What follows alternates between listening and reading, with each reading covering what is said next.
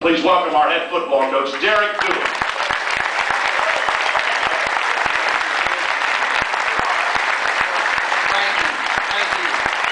Great to be here. Sam. I got to start by saying thank you. I got to start by saying I always suspected that the Tennessee fans were the best in the country because, of course, I've been on the other side way too much. But I really found out how special you guys are, how special this Vol Nation was when I took this job. And, you know, it was a tough time, a tough couple of months for Tennessee athletics with what happened to the basketball team, a tough, embarrassing event for all of us, and then, of course, what was going on in football. But I walk into the first basketball game and see 22,000 people supporting this program unconditionally, and I've been so gracious for the support that all the fans have given me, the excitement they're showing, and you're proving yourself because you always find out about people when it's tough. And Tennessee proved themselves this winter being the best fans in the nation. So thank you so much for that.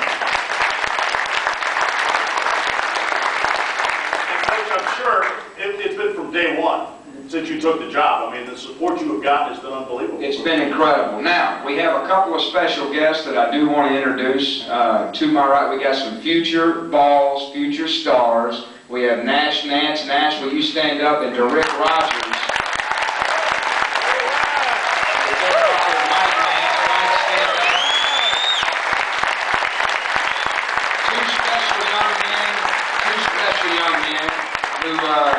They're not from the state of Tennessee. They're across that line into the enemy country, all right? But we are slowly bleeding orange, deeper and deeper, and we're going to continue to do so. And, you know, when Tennessee's been great, they've always had a lot of great players out of the state of Georgia, and we got two of them right here. We're excited about their future at Tennessee. Well, Nash is a quarterback, and Drake's a wide receiver, right? That's right. So hopefully we'll be seeing a lot of throws and catches between the two of them. They're very close. So. That's great. You were in Atlanta last night, had a great turnout in Atlanta, and I think the biggest upset of the night last night, Barbara Dooley, Derek's mom, showed up in orange last night. Proving all the naysayers wrong. I told you I was going to get it done, but I'm amazed at how interested people are in what my parents are wearing. But that's the way it is. And of course, then the next, just like anything, you know, it's never good enough. You win a couple of games, you want more. So the first question is, what about your dad? What's he wearing on? It's coming. Remember, it's all about process. It's baby steps, doing it every day, and we'll get him there. And I thought the best line that his mom had, of course, she's a firecracker, but the best line she had last night, she went up and hugged Coach Pearl's neck and said, you know, the first time, Coach, I saw you, you were half naked at a lady ball. The reason why everybody loves Coach Pearl and my mother is because they subscribe from the same theory of speak first, think second. And so you never know what's coming out of their mouth. But she's behind you. She is that, just like all mine, and best critic. Let's talk about spring practice. Yeah. Well, I think, Bob, before we do, I think it's important to talk about before spring because it was a tough time for our football team. No program, no group of young men has gone through what they've had to endure the last 2 years. And there was a lot of break in trust by the administration and coaches as they saw it. They're young people, but they're very resilient. And I thought it was very important we all sat down before we did anything, before we put in a play, and talk about who we are and who we want to be. What is our brand for Tennessee football? And I talked to the seniors about it. I talked to every individual player, and I asked them, when our fans leave Neyland Stadium, all right, and when our fans every day wear that tee means something. It speaks all over the country, but what do you want it to say? What do you want it to mean? And it's amazing the answers you get. They say exactly what you hope they say. They say, Coach, we want them to think that we're a disciplined team, a tough team. We want them to think that we play with great team spirit, and we want them to be proud of us, how we represent them off the field.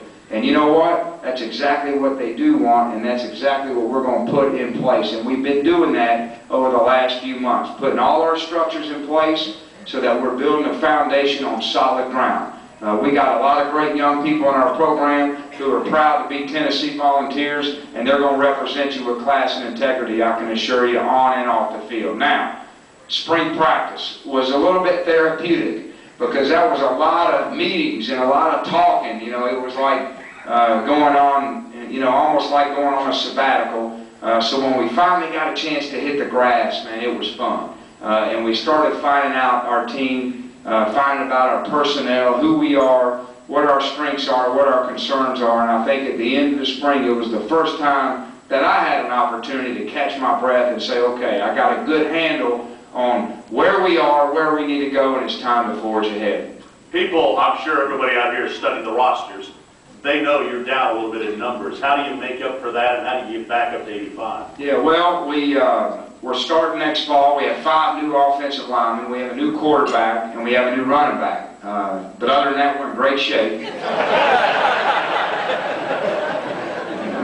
You know, and I said sometimes it's good not to know any better. I mean, you know, we have a right tackle who's a true freshman. He should be in high school right now. And I didn't tell him that he wasn't supposed to be ready to play in the SEC at right tackle.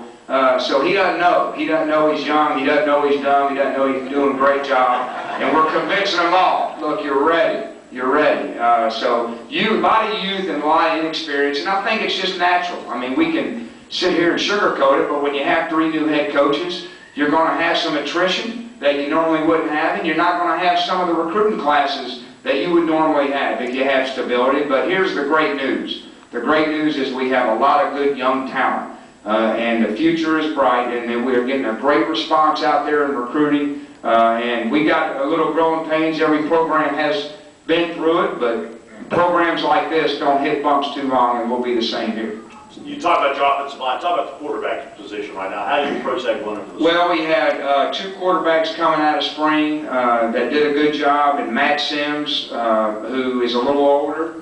He's got a little more mature physically, does some good things, has good command. And we have Tyler Bray, who he's about 6'9" and weighs about 142 pounds. But he's got a good arm and he's good command. And I didn't tell him that freshmen weren't supposed to play, and I hadn't told Nash that, so don't tell him.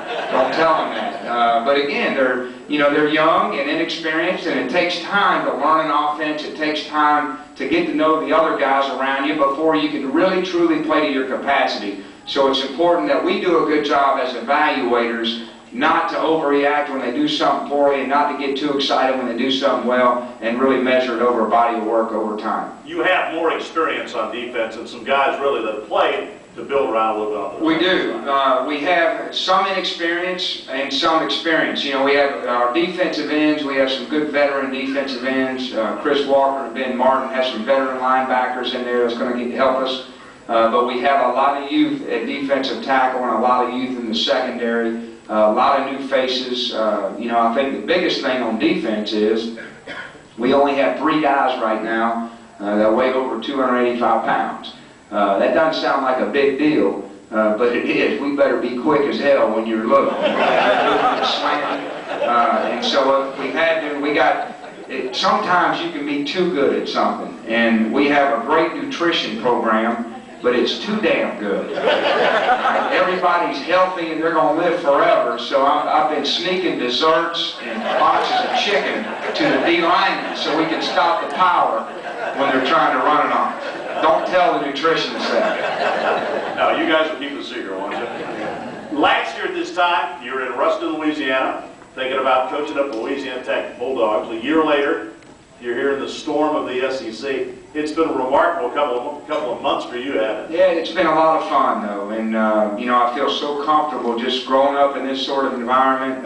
Coached in it for 6 years, and this is, to me, what it's all about. I mean, there's nothing better than being in the SEC, and there's nothing better than getting to coach some of the best players in the country and be around the best fans in the country. I don't know how anybody else would want anything different. What did your dad say